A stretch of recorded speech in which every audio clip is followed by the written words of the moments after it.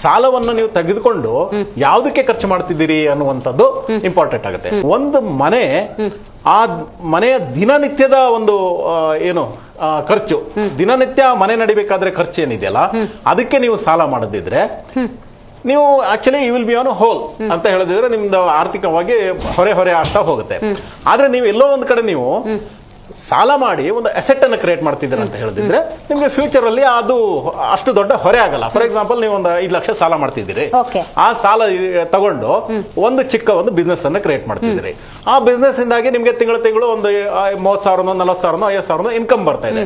ಆವಾಗ ಏನಾಗುತ್ತೆ, ನಿಮಗೆ ಒಂದಿಷ್ಟು ದಿನ ವರ್ಷ ಹೋದ ನಂತರ ನಿಮಗೆ ಆ ಸಾಲ ತೀರೋಗುತ್ತೆ, ಹಾಗೂ ಒಂದು ಅಸೆಟ್ ಆಗುತ್ತೆ ಅಲ್ವಾ, ಒಂದು ಅಸೆಟ್ ಆಗುತ್ತೆ. ಅದು ಮತ್ತೆ ಆ ಅಸೆಟ್ ಅಂತ ಹೇಳಿದ್ರೆ ಅದು ಫ್ಯೂಚರ್ ಕೂಡ ನಿಮ್ಗೆ ನಡೀತಾ ಹೋಗುತ್ತೆ.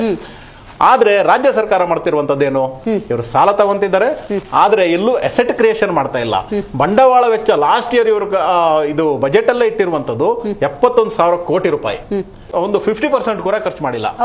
ಆ ನಂತರ ಒಂದು ಒಳ್ಳೆ ಬಜೆಟ್, ಈ ಸಲ ಮೊನ್ನೆ ಸಿದ್ದರಾಮಯ್ಯ ಅವರು ಒಂದು ಬಜೆಟ್ ಅನ್ನ ಪ್ರೆಸೆಂಟ್ ಮಾಡಿದ್ದಾರೆ. ಒಂದು ಒಳ್ಳೆ ಬಜೆಟ್ ಅಂತ ಹೇಳಿದ್ರೆ ನೀವು ಅಲ್ಲಿ ಬಂಡವಾಳ ವೆಚ್ಚಕ್ಕೆ ಎಷ್ಟು ದುಡ್ಡಿಟ್ಟಿದ್ದೀರಾ, ಹಾಗೂ ವರ್ಷಂಪ್ರತಿ ಅದು ಎಷ್ಟೆಷ್ಟು ಜಾಸ್ತಿ ಮಾಡ್ತಾ ಇದ್ದೀರಾ, ಜಾಸ್ತಿ ಆಗ್ತಾ ಇದೆ ಅನ್ನುವಂತ ಅದನ್ನ ನೋಡಿದಾಗ ನಿಮ್ಗೆ ಅದನ್ನ ಒಂದು ಒಳ್ಳೆ ಬಜೆಟ್ ಅಂತ ಹೇಳ್ಬೋದು.